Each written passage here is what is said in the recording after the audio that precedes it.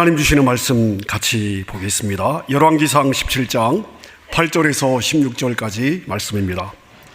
열왕기상 17장 8절에서 16절까지 말씀 찾으셔서 우리 한 절씩 교독하도록 하겠습니다.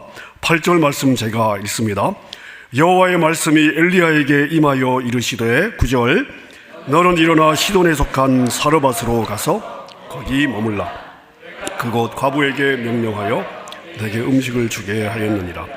그가 일어나 사르밧으로 가서 성문에 이를 때에 한 과부가 그곳에서 나뭇가지를 줍는지라. 이에 불러 이르되 청하건대 그릇에 물을 조금 가져다가 내가 마시게 하라. 그가 가지러 갈 때에 청하건대 내 손에 떡 한 조각을 내게로 가져오라. 그가 이르되 당신의 하나님 여호와께서 살아계심을 두고 맹세하노니 나는 떡이 없고 다만 통에 가루 한 웅큼과 병에 기름 조금뿐이라. 내가 나뭇가지 둘을 주워다가 나와 내 아들을 위하여 음식을 만들어 먹고 그 후에는 죽으리라. 엘리야가 그에게 이르되 두려워하지 말고 가서 내 말대로 하려니와 먼저 그것으로 나를 위하여 작은 떡 한 개를 만들어 내게로 가져오고 그 후에 너와 내 아들을 위하여 만들라. 이스라엘의 하나님 여호와의 말씀이 나 여호와가 비를 지면에 내리는 날까지 그 통의 가루가 떨어지지 아니하고 그 병에 기름이 없어지지 아니하리라 하셨느니라. 그가 가서 엘리야의 말대로 하였더니 그와 엘리야와 그의 식구가 여러 날 먹었으나 함께 읽습니다. 여호와께서 엘리야를 통하여 하신 말씀같이 통의 가루가 떨어지지 아니하고 병에 기름이 없어지지 아니하니라. 아멘. 열왕기상을 저희가 살펴보고 있습니다. 이스라엘 백성들의 역사를 저희가 보면서 한 가지 질문을 던지게 되는데요. 계속해서 저도 말씀을 묵상하면서 이런 질문을 제가 던지고 있습니다. 이스라엘 백성들은 하나님의 선민이고 그리고 자신들 안에 하나님의 선민이라는 의식을 가지고 살았습니다. 그리고 평상시의 모든 삶이 하나님을 예배하고 제사하는 종교적인 그러한 삶에 익숙해져 있고 사실 그 종교적 이스라엘 백성들의 모든 삶이 사실은 종교적이라고 이야기할 정도로 그 삶의 신앙의 모든 모습들이 배어져 있습니다. 자, 그런데 이런 이스라엘 백성들의 삶을 볼 때마다 어떻게 그토록 하나님께 성실하지 못했는가? 하나님을 몰랐던 백성이 아니고 태어나면서부터 하나님의 선민이고 자신들의 의식 속에 하나님의 선민이라는 생각이 깊이 뿌리 박혀 그것이 교만이 될 정도로 이 의식에 박혀 있었던 이스라엘 백성들이 근데 실제의 삶에서는 어떻게 그렇게 하나님께 성실하지 못하고 바알과 아세라를 그토록 열심을 내어 섬길 수가 있었을까? 여러분, 이런 질문들을 하게 되지 않습니까? 여러분, 궁금하지 않습니까? 자, 많은 이유가 있을 것 같습니다. 근데 그 중에 가장 큰 이유는요, 이건 제 생각입니다. 하나님께는 형상이 없기 때문이다. 하나님은 형상이 없어요. 인간은 눈에 보이고 손으로 만지는 이 현실의 감각이 있어야 돼요. 보이지 않으면 잊어버리든지 실감이 되지 않습니다. 하나님이 보이지 않고 만질 수 없으니 와닿지를 않아요. 따라서 육신의 눈으로 보고 손으로 만질 수 있는 오감으로 느낄 수 있는 우상에게 마음을 두게 되는 것입니다. 자, 여러분, 우리는 그토록 많이 하나님을 배우고 그리고 그 하나님께 예배드리는 삶을 매주마다 정기적으로 드리면서도 어쩌면 이렇게 하나님께 성실하지 못할까? 하나님이 우리 육신의 눈에 보이지 않기 때문이 아닐까 싶습니다. 하나님은 영이십니다. 보이지 않습니다. 영은 보이지 않습니다. 영은 영으로만 느낄 수가 있습니다. 아무리 세상에서 학식이 많아도 정말 대단한 공부를 하고 학위가 몇 개여도 영이 깨이지 않으면 하나님을 느낄 수 없습니다. 하나님의 존재를 느낄 수 없습니다. 영으로만 하나님을 느낄 수 있고 영으로는 하나님을 볼 수 있고, 자, 그래서 참된 예배는 영으로만 가능합니다. 그래서 하나님은 진리 안에서 영으로 드리는 예배를 받는다고 말씀을 하고 계시는 거죠. 여러분, 그래 영이 깨이지 못한 인생은 절대 하나님을 인정할 수 없습니다. 인정이 되지 않아요. 느껴지지 않기 때문에. 자, 이것이 우리의 영이 깨어 있어야 되는 이유이고요. 우리의 영은 우리에게 말씀으로 주신 이 말씀, 영이신 이 말씀으로만 깨어지는 거예요. 여러분, 그래서 하나님의 교회가 말씀을 강조하는 이유가 여기에 있습니다. 이 하나님의 말씀은 그냥 교훈이 아니에요. 하나님의 말씀은 이미 죽은 우리의 영을 깨워 살리고 보이지 않는 하나님이 느껴지도록 만드는 그러한 생명 그 자체인 것입니다. 여러분, 그래서 요즘 우리 1.5제 성경 읽기 이제 신약 끝을 향해서 달려가고 있는데요. 매일 우리가 말씀 앞에 달려가야 되는 이유가 여기에 있습니다. 영이신 하나님의 말씀으로 날마다 우리가 체험받지 못하면 우리는 눈에 보이는 현실이라고 하는 눈에 보이는 우리의 감각이 느낄 수 있는 세상의 것만을 따라갈 수밖에 없고, 우리의 모든 이 의식이 교회, 신앙, 종교, 하나님이어도 여러분, 우리는 하나님과 전혀 상관없는 삶을 살게 되는 것이고요. 그리고 절대 그 하나님을 누리며 사는 복된 삶으로 살아갈 수가 없습니다. 우리를 살리는 것은 하나님의 말씀이고, 생명을 주는 것도 하나님의 말씀이고, 영을 깨워주는 것 하나님의 말씀이고, 영의 체험받아 우리를 힘있게 살아가게 만드는 믿음되게 우리의 실제 삶에서 살아가게 하는 것도 하나님의 말씀인 줄로 믿으시기를 바랍니다. 자, 여러분, 하나님과 우리의 관계를 한번 생각해 보십시오. 자, 이거 질문이에요. 하나님과 우리의 관계에서 누가 갑이고 누가 을일까요?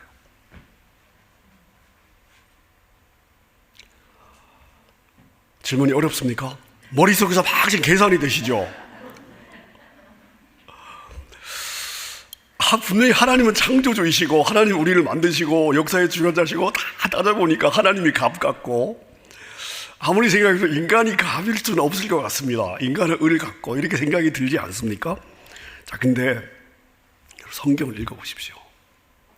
여러분이 성경을 읽어보시면 성경 속에 나타난 하나님과 하나님의 백성들과의 관계를 보면요, 철저하게 인간이 갑이고 하나님이 을이십니다. 하나님은 절대로 신중심으로 폭력적으로 강제적으로 독재적으로 권위적으로 인간을 다룬 적이 없습니다. 여러분, 하나님이 말씀하실 때 그 하나님 말씀이 너무 강압적이어서 협박을 하시는 법이 있으십니까? 없습니다. 도리어 인간이 항상 하나님을 버려요. 그리고 부인합니다.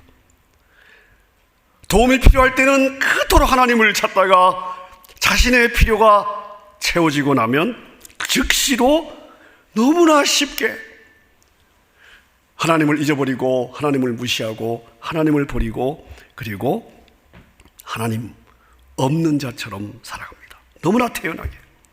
자, 근데 하나님은요, 그런 인간을요, 어떻게 해서든지 또 도와주려고 하시고, 그 정작 도움을 받는 인간은 도움을 받고 나면 또 하나님을 무시합니다. 여러분, 이게 성경의 역사예요. 그러면 하나님은 자존심도 없으신 것 같아요.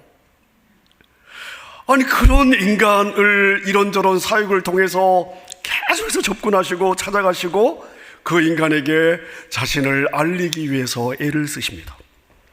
자, 그래서 적어도 우리가 성경에서 이러한 관계를 보았을 때 인간이 갑이고 하나님이 을인 것이 분명한 것 같습니다.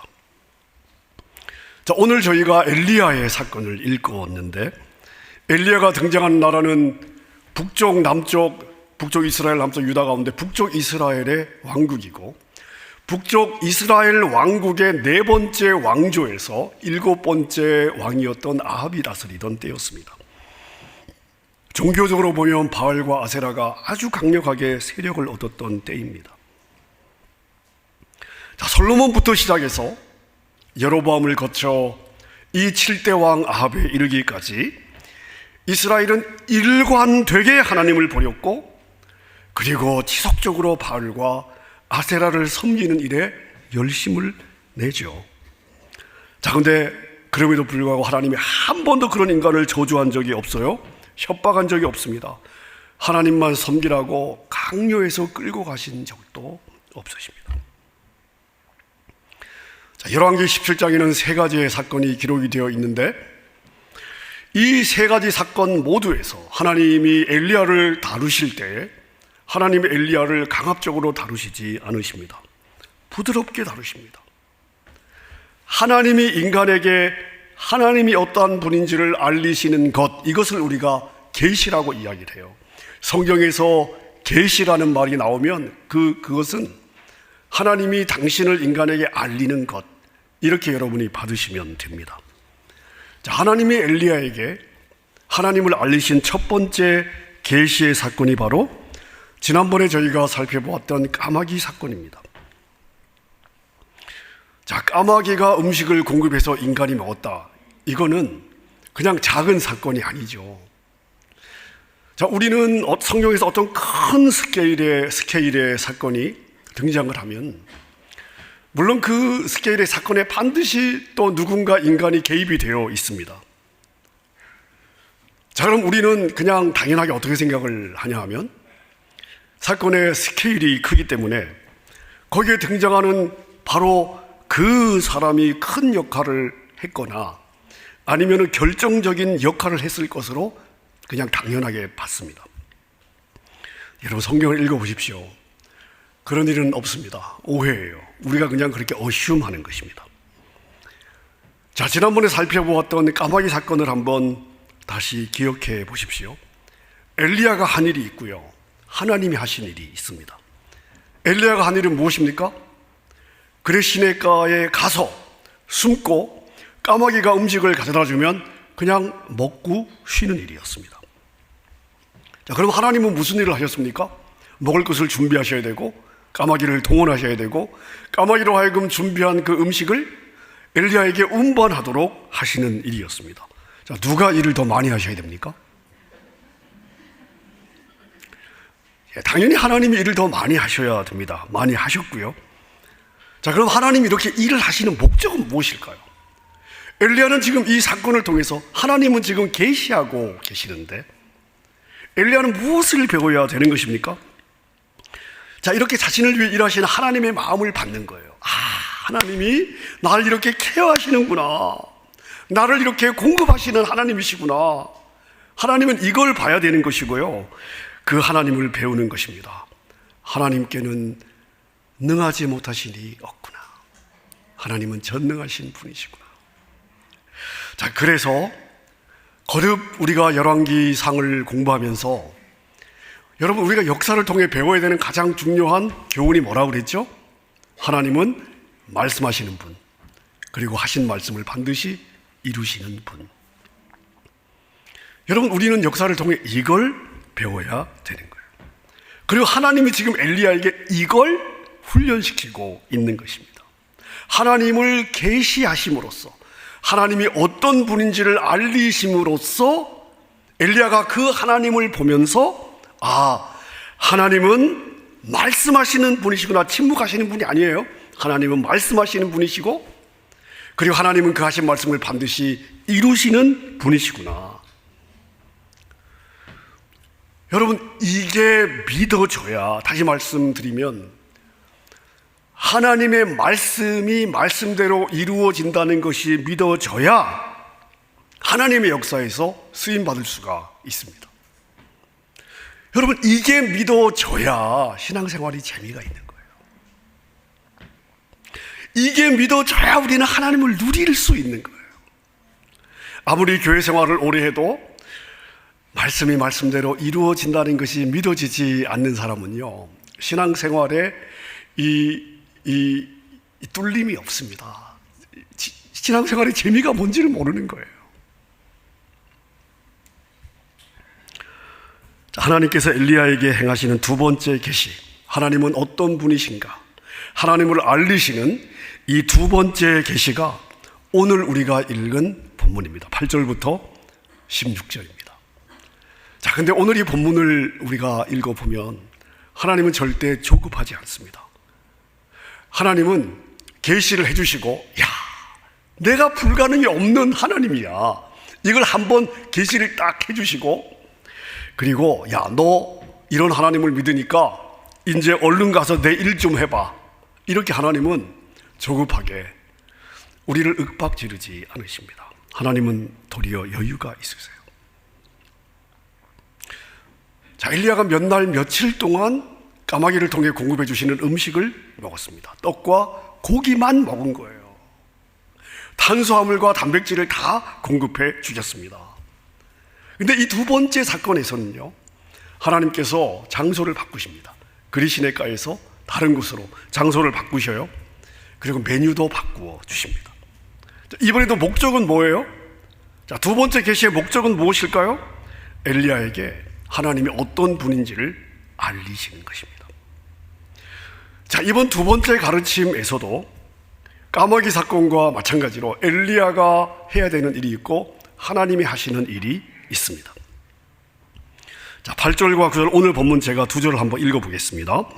여호와의 말씀이 엘리야에게 임하여 이르시되 너는 일어나 시돈에 속한 사르밧으로 가서 자, 엘리야가 해야 되는 것은 사르밧으로 가는 거예요. 그리고 거기서 머무는 거예요. 그리고 또 있습니다. 그 다음 보세요. 내가 그것 과부에게 명령하여 내게 음식을 주게 하였느니라. 자, 그럼 엘리야가 해야 되는 일은 뭐예요? 거기 가서 거기서 놀면서 음식 주시면 먹는 거예요. 와, 너무 쉽죠? 와, 인생을 여러분 이렇게 살 수 있으면 너무 좋은 거 아닙니까? 자, 근데 하나님이 하시는 일은 무엇입니까? 자, 과부를 동원하셔야 되고 그리고 엘리야에게 음식을 공급해 주시는 일입니다. 자, 누가 쉬워요? 어느 일이 쉽습니까? 당연히 엘리야가 쉽죠. 누가 수고해야 됩니까? 예, 당연히 하나님이 수고하셔야 되는 거죠. 여러분, 성경에 나오는 대부분의 사건, 자, 성경에 많은 사건을 기록하고 있잖아요. 성경에 기록된 사건들을 보십시오. 사람이 이루어낸 일은 없어요. 거기에 사람이 등장은 하지만 다 하나님이 하신 일들이에요. 자, 보세요. 엘리야가 머무는 장소가 바뀌죠. 엘리야는 어디 사람이에요? 길르앗 지역 디셉이라고 하는 동네에 살던 사람입니다. 자, 그리고 이 아방 만나서 심부름했다가 어디로 갔어요? 그리시네가로 갔습니다. 자, 그 다음에 이제는 어디로 가는 거죠? 시돈 땅 사르밧으로 가야 됩니다. 시돈 땅이 어떤 땅입니까? 지금 엘리야가 살고 있던 이 시대에 시돈 땅은 어떤 땅이죠? 엘리야를 죽이려고 하는 아합 왕의 왕비 이세벨이 있습니다. 이세벨의 고향이 어디예요? 바로 시돈입니다. 이세벨의 본국이에요. 본국입니다. 여러분 같으면 시돈으로 가고 싶겠어요? 안 가고 싶겠어요? 당연히 안 가고 싶죠. 근데 하나님께서 엘리야로 하여금 시돈으로, 그 시돈 지역의 사르밧으로 가게 하십니다. 자, 하나님의 관점에서는요, 이제 몇 년 동안 비가 안 올 거잖아요. 시내가 지금 말라가는 상황이잖아요. 그러니까 물 걱정이 없는 바닷가 지역으로 엘리야를 지금 옮겨가시는 것입니다. 자, 엘리야가 하나님의 계시에 그 다음에 이제 두 번째를 보시면, 자, 첫 번째 사건에서는 주는 대로, 까마귀가 주는 대로 엘리야가 먹었습니다. 자, 근데 이번 사건, 두 번째 사건에서는 하나님이 사르밧 여인과 대화를 하면서 문제를 풀어가십니다. 하나님의 계시에 엘리야가 좀 더 구체적으로 연결이 되는 거죠. 자, 10절과 11절 제가 읽겠습니다. 그가, 엘리야입니다. 엘리야가 일어나 사르밧으로 가서 성문에 이를 때에 한 과부가 그곳에서 나무 가지를 줍는지라. 이에 불러 이르되 청하건대 그릇에 물을 조금 가져다가 내가 마시게 하라. 그가 가지러 갈 때에 엘리야가 그를 불러 이르되 청하건대 내 손에 떡 한 조각을 내게로 가져오라. 지금 엘리야가 이 여인에게 자, 물 한 모금 줘 해서 이 여인이 물을 뜨러 가려고 하니까 나한테 떡 떡도 좀 한 조각 가져와. 자, 이렇게 부탁을 하고 있습니다. 자, 근데 이 여인은 이때 이 부탁을 받았던 엘리야를 만났던 이때 어떤 상황이었습니까? 12절에 보니까 그가 이르되, 이 여인이에요. 당신의 하나님 여호와께서 살아계심을 두고 맹세하노니 나는 떡이 없고 다만 통에 가루 한 웅큼과 병에 기름 조금뿐이라. 내가 나뭇가지 둘을 주워다가 나와 내 아들을 위하여 음식을 만들어 먹고 그 후에는 죽으리라. 아주 난감한 상황이었습니다. 먹을 게 없어요. 이제 남아있는 것은 기름 한 방울과 밀가루 한 웅큼밖에 없습니다. 이 한 웅큼이요, 여러분, 이게 뭘 대단한 양이 되겠습니까? 자, 그러니까 이 여인은 남편이 없어요. 아들이 하나 있는데 기름 한 방울과 밀가루 한 웅큼 떡만 들어서 이제 두 사람이 나눠서 먹으면 먹을 게 없어요. 죽어야 되는 상황입니다. 난감한 상황이에요. 마지막 남은 한 조각의 떡입니다. 자, 성경에서 과부와 고아는 성경이 말하는 대표적인 약자입니다. 하나님이 챙기라고 이야기하는 대표적인 약자입니다. 그래서 우리가 만약에 이 구절을 8절부터 16절을 성경 전체의 문맥을 고려하지 않고 따로 떼어서 우리가 읽으면요, 엘리야는요 진짜 나쁜 사람입니다. 그리고 하나님도 아주 잔인하신 분이 되는 거예요. 아니, 누가 봐도 약자인 혼자 사는 여자에게 갑자기 나타나서 그 마지막 남은 떡을 한 모금 먹고 그냥 가려고 하는 사람에게 물 떠와라, 떡 가져와라, 나 이거밖에 없어요, 그래도 그거 가져와라, 지금 그러고 있습니다. 여러분, 거의 양아치 수준 아닙니까?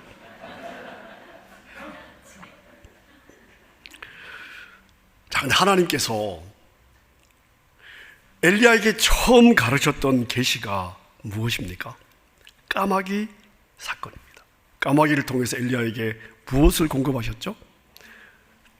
음식을 공급하는 것이었습니다. 떡과 고기를 공급하는 일이었습니다. 만약 엘리야에게 이 경험이 없었다면, 세상에 까마귀가 음식을 공급해 주는 이 사건을 경험하지 못했더라면 엘리야는 절대로 이세벨의 본국까지 오지 않았을 것입니다. 근데 세상에 까마귀를 통해 음식을 공급하시는 하나님을 보았기 때문에 하나님이 가라 하니까 뭐 자기의 두려움도 있고 다 했지만 따지지 않고 하나님께 순종해서 여기까지 지금 오게 된 것이죠. 자, 근데 오늘 본문을 보십시오.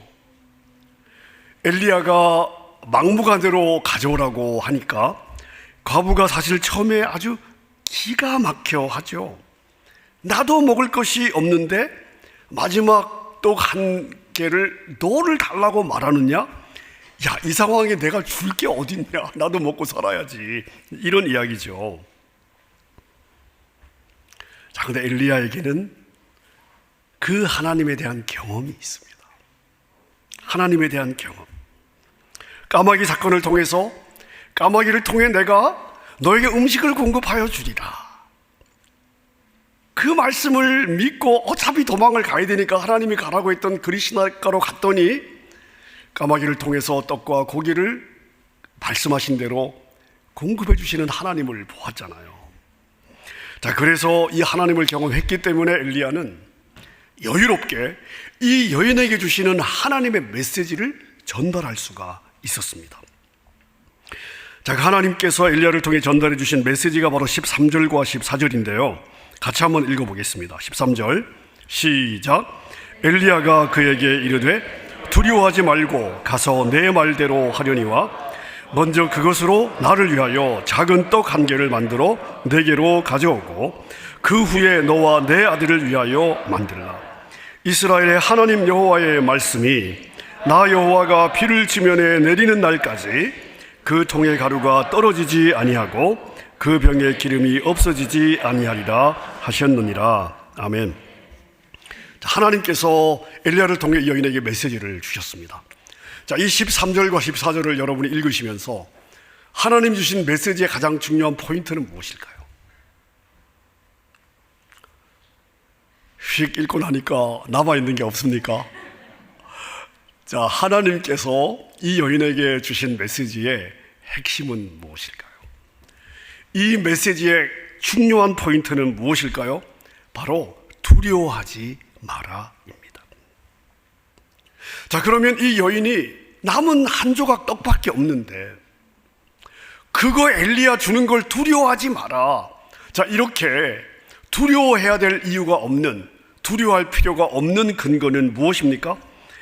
가루가 떨어지지 않고 기름이 떨어지지 않을 것이다 입니다. 여러분, 말이 됩니까? 자, 제가 마셨습니다. 물이 또 채워져요? 보이십니까? 물 채워졌죠? 아멘입니까? 예, 여러분들은 믿음이 좋아서 다 채워지신 걸로 믿으시는 거예요. 제 눈에는 안 채워지는데요. 내가 먹은 가루가 어떻게 통에 또 채워지며 그 기름을 내가 썼는데 어떻게 채워지냐고요? 말이 안 되잖아요. 역사 이래 이런 일이 있었다는 것을 들어본 적이 있으십니까? 자, 그럼에도 불구하고 그런 일이 있을 거니까 두려워하지 마라. 이렇게 엘리야가 말할 수 있는 이유가 무엇입니까? 까마귀를 통해 공급하시는 하나님을 보았기 때문에. 자, 그래서 엘리야를 보십시오. 하나님이 엘리야를 윽박지르지 않았듯이 엘리야도 여인에게 왜 못 믿냐고 윽박지르지 않습니다. 엘리야는 자신이 어떤 이야기를 해도 이 여인의 입장에서는 이게 부담이 될 수 있고 두려움이 될 수 있다는 것을 너무나 잘 알고 있습니다. 아무리 자신이 여유롭게 이야기를 해도 이 여인의 입장에서는 납득하기가 쉬운 일이 아니에요. 왜냐하면 자신도 그렇게 경험을 했기 때문에. 여러분, 까마귀가 먹을 것을 공급해 주겠다 하는 이야기나 병과 밀가루가 통해서 떨어지지 아니할 것이다, 여러분, 이 말은 어차피 우리의 상식으로 수용할 수 있는 일이 아닙니다. 나의 이성으로 수용할 수 있는 일이 받아들일 수 있는 것이 아닙니다. 이건 납득이 되는 이야기가 아니에요. 더군다나 지금 이 여인은 신혼 사람입니다. 하나님을 믿는 여인이 아닙니다. 자, 그런데 15절을 보니까 어떤 일이 벌어졌습니까? 그 여인이 가서 엘리야의 말대로 합니다. 자, 이 여인은 자신의 경험과 이성과 그리고 자신의 어떤 생각으로 따지지 않고 순종하죠. 자, 순종했습니다. 여러분, 이 순종이 여인에게 복이 된 줄로 믿습니다. 자, 그러나 이 사건의 핵심은요, 이 여인의 순종이 아닙니다. 이 여인은 순종으로 복을 받았어요. 하지만 이 사건의 핵심은 뭐냐? 16절에 있습니다. 여호와께서 엘리야를 통하여 하신 말씀같이 하나님이 말씀하신 대로 어떤 일이 벌어졌어요? 통의 가루가 떨어지지 아니하고 병의 기름이 없어지지 않습니다. 여러분, 이 사건의 핵심은요, 하나님이 말씀을 하셨는데 그 말씀대로 되더라입니다. 자, 그럼 여러분이 이 사건을 보십시오. 세 사람이 등장을 하죠. 하나님과 엘리야와 한 여인이 등장합니다. 엘리야는 무슨 일을 했습니까? 사르밧으로 가라 그래서 갔어요. 메시지를 전달했고요. 주는 음식 잘 받아 먹었습니다. 여인은 무엇을 했습니까? 평상시대로 떡을 구웠고 엘리야에게 주었습니다. 자, 그럼 하나님은 무엇을 하셨습니까? 통의 가루가 떨어지지 않게 하시고 병의 기름이 마르지 않도록 하셨습니다. 가장 많은 일을 하신 분은 누구십니까? 당연히 하나님이십니다. 여러분, 이것이 며칠만 진행된 것이 아닙니다. 비가 3년 6개월 동안 오지 않았어요. 그리 시냇가에서 얼마나 있었겠습니까? 길어봤자 몇 주입니다. 그 나머지 긴 시간 동안 밀가루가 떨어지지 않고 병에 기름이 마르지 않습니다. 자, 여러분, 이 사건은 하나님이 엘리야를 훈련시키는 과정이라고 말씀드렸습니다. 하나님께서 엘리야에게 하나님을 계시하시는 사건이에요. 엘리야가 이 사건을 통해 이걸 배워야 되는 거예요. 자, 그럼 하나님은 이 사건을 통해서 엘리야에게 무엇을 가르치고 있으신 겁니까? 내가 말한 대로 다 된다. 내가 말한 대로 다 된다. 여러분, 엘리야는 하나님의 메신저로 살아내야 될 사람입니다. 하나님이 주시는 메시지가 말도 안 되는 메시지를 주실 때 그것도 가서 전달해야 된단 말입니다. 자, 근데 엘리야에게 그 믿음이 없다면 메신저로 삶을 살아낼 수가 있겠습니까? 하나님이 지금 엘리야에게 그걸 훈련시키시는 거예요. 자, 그런데 하나님이 무엇을 통해 엘리야에게 그것을 훈련시키고 있습니까? 무엇을 통해서 엘리야를 훈련시키고 있습니까? 까마귀 사건과 지금 이 사르밧 과부의 사건의 공통점이 무엇입니까? 여러분, 먹고 사는 걸로 엘리야를 훈련시키고 있는 거예요. 생존은 인간의 가장 원초적인 일입니다. 먹어야 사는 거예요. 먹어야 사는 것입니다. 이 가장 원초적인 사건으로 하나님은 엘리야에게 하나님이 어떤 분인지를 훈련하고 있습니다. 여러분, 하나님이 우리를 훈련하실 때 하나님이 우리도 훈련하셔요. 하나님이 우리를 훈련하실 때 어떤 형이상학적인 것을 가지고 훈련하지 않습니다. 하나님이 저와 여러분을 훈련시킬 때도요, 우리의 가장 감각적인 것, 어쩌면 가장 땅의 것, 삶의 가장 기본적인 것으로 우리를 훈련을 시키십니다. 여러분, 그게 바로 먹고 사는 문제고 그게 바로 관계예요. 여러분, 이건 너무나 기본적인 거여서 우리가 이 문제 앞에 서게 되면 보이지 않는 하나님을 의지하기보다는 어떻게 해서든지 내가 살아보려고 내가 발버둥을 칠 가능성이 높은 그러한 일입니다. 자, 그럼 우리는 이 과정을 통해 무엇을 배워야 되겠습니까? 하나님은 여러분을 사랑하시는 줄로 믿습니다. 그걸 믿는 거예요. 하나님은 여러분과 함께 하시는 줄을 믿습니다. 그걸 믿는 것입니다. 하나님은 여러분을 도와주시는 분이신 줄로 믿습니다. 그걸 믿는 거예요. 하나님 우리에게 주신 대로, 말씀하신 대로 그 하나님을 신뢰하는 것, 여러분, 이게 하나님이 먹고 사는 가장 원초적인 문제를 통해서 우리를 훈련하시는 내용입니다. 이게 돼야 그 다음 우리는 하나님이 우리에게 주신 그 풍성한 약속들을 누리는 삶으로 들어가게 되는 거예요. 여러분, 하나님의 은혜를 받을 자격 없는 저와 여러분에게 하나님이 그토록 신실하신 것도 약속을 지키시는 하나님 때문이 아닙니까? 제가 설교를 준비하다 보니까 2022년 한 달밖에 안 남았더라고요. 여러분, 이 한 달, 남은 한 달 앞에 두고 지난 11개월을 한번 생각해 보십시오. 하나님은 지난 한 해 동안 여러분에게 무엇을 가르치셨습니까? 여러분은 지난 1년의 여정을 걸어오면서 어떤 하나님을 배우셨습니까? 하나님은 자신의 자녀들에게 말씀하시는 하나님, 일단 하신 말씀은 지키시는 분이십니다. 저와 여러분은 그 하나님의 약속을 가진 자녀들이 아닙니까? 여러분, 그래서 여러분이 생존의 문제 앞에 서 있는 그 순간에도 하나님은 불꽃 같은 눈동자로 여러분이 스트럭을 하는 그 생존 한가운데 여러분과 함께 서 계십니다. 여러분이 그 상황에 압도되지 않고 여러분의 오감, 여러분의 느낌, 여러분의 현실이라고 하는 상황 앞에 모든 것이 다 막혀 있다 할지라도 여러분이 낙심하거나 절망하지 않고 그 상황을 통해 말씀하시는 하나님을 바라보기를 원하십니다. 그 하나님을 기대하기를 원하시고 그 상황에서 여러분을 위해 일하시는 하나님을 경험하기를 원하십니다. 여러분, 어떤 문제 앞에 서 있으십니까?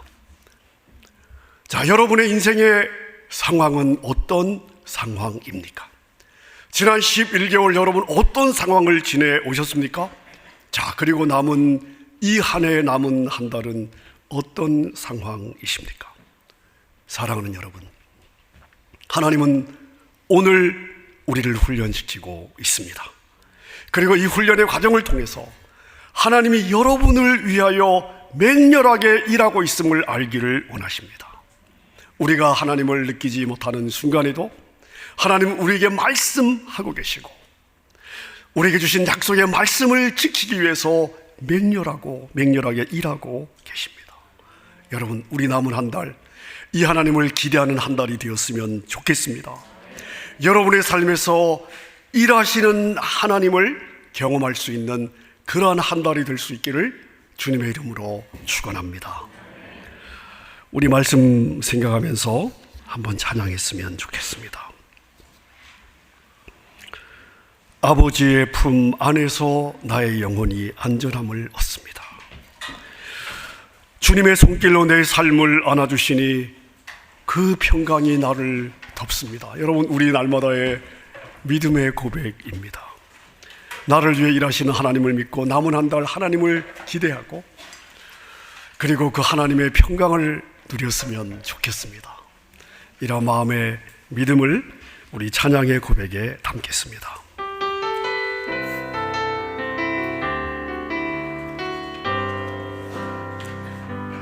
내 아버지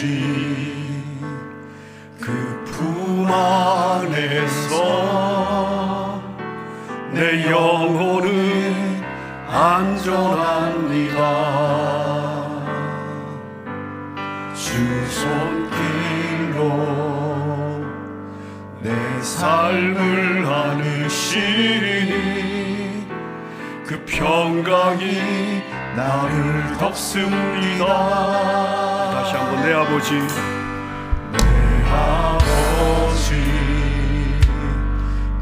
품 안에서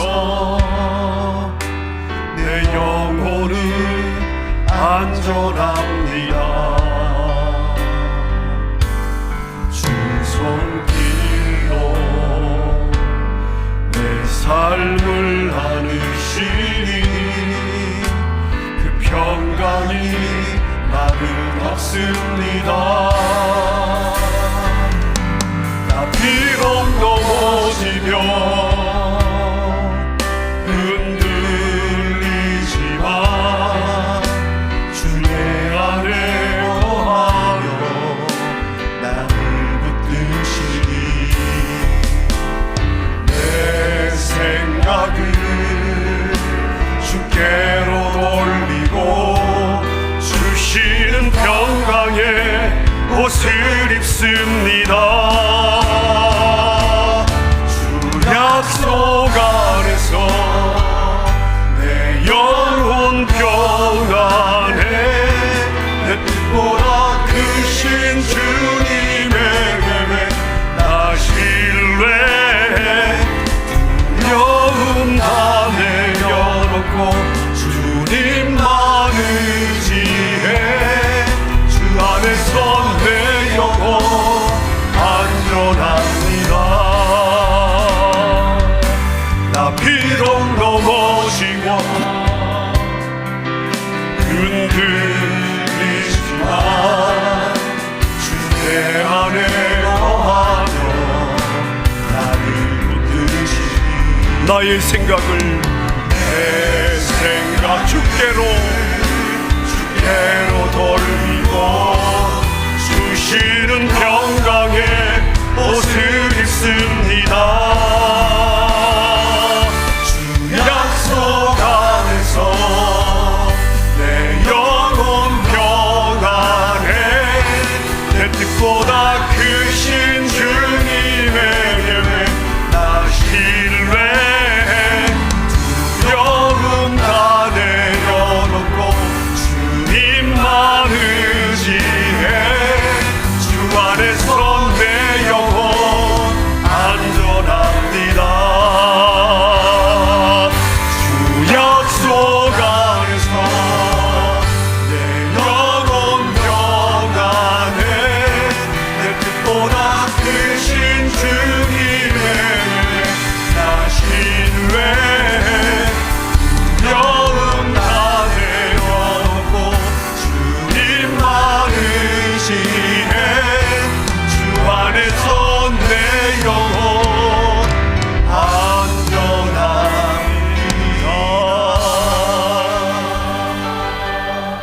아멘, 아멘.